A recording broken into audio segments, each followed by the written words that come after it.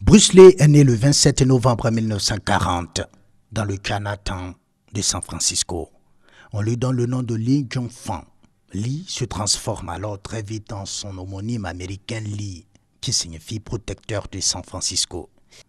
Grâce à son père qui côtoie le milieu cinématographique de Hong Kong, Bruce est très tôt un enfant star.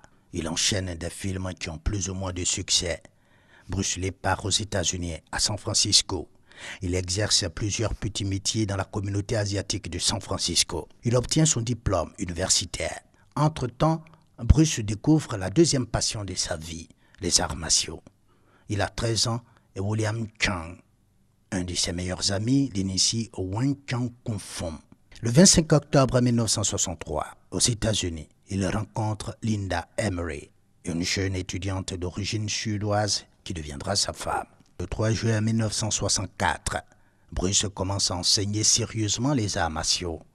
Mais après avoir gagné un duel, Bruce met en doute l'efficacité de l'enseignement traditionnel. C'est alors qu'il commence à développer le Jeet Kune Do, qui est basé sur son expérience personnelle martiale et philosophique.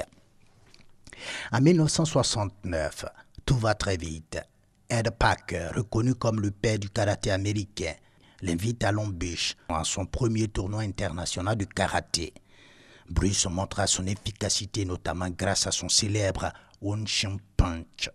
Début 1965, Bruce Lee obtient un rôle, celui de Kato, dans la série télévisée Le Frelon Vert de Green Hornet. Au bout d'une seule saison, la série s'arrête, mais la performance de Bruce Lee a tout de même marqué le public, et des stars comme Steve McQueen, James Coburn, Kareem Abdul-Jabbar ou encore Roman Polanski deviennent ses élèves.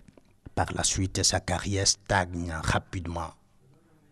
Le cinéma américain accepte mal les acteurs non blancs. En 1970, Bruce subit une sévère blessure au dos provoquée par une surcharge de poids à l'entraînement.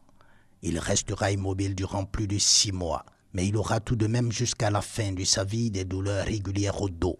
Sa carrière commence vraiment en 1971 avec Big Boss. La même année, il se consacre à la superproduction hollywoodienne de la Warner Bros.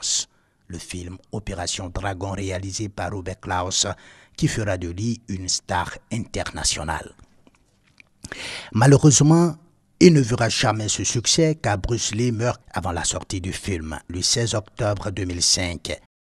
Il a succombé à un œdème en 1973 alors qu'il était chez l'actrice taïwanaise Betty Tang Ping. Le médecin légiste conclut alors à une mort accidentelle, ce qui alimente les rumeurs de prise de drogue. 5 ans après sa mort, le jeu de la mort reprend son lui. Le scénario est alors modifié et raconte l'histoire de Billy Lo. Des images des vraies funérailles de Bruce Lee sont utilisées pour la scène des grandes funérailles organisées par Billy Lo.